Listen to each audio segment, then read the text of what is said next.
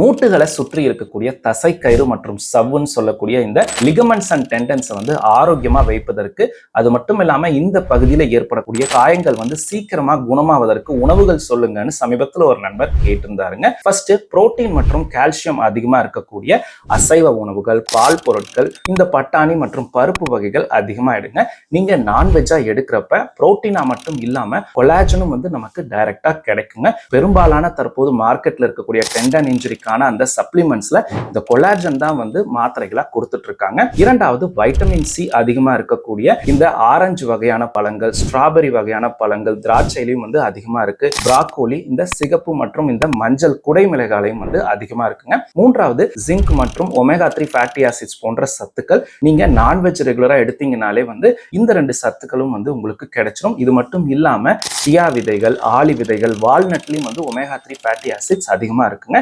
நீங்க உடனே அடிபட்டிருக்கு அப்படின்னாங்க ஒரு சில நாட்களுக்கு ரெஸ்ட் எடுங்க. அதுக்கப்புறம் ப்ராப்பரா நீங்க பிசிக்கல் ஆக்டிவிட்டி, இந்த ஸ்ட்ரென்தனிங் எக்ஸசைஸ் எல்லாம் பண்ணீங்கன்னாலே அந்த இன்ஜுரியில இருந்து சீக்கிரமா ரெக்கவர் ஆயிருங்க.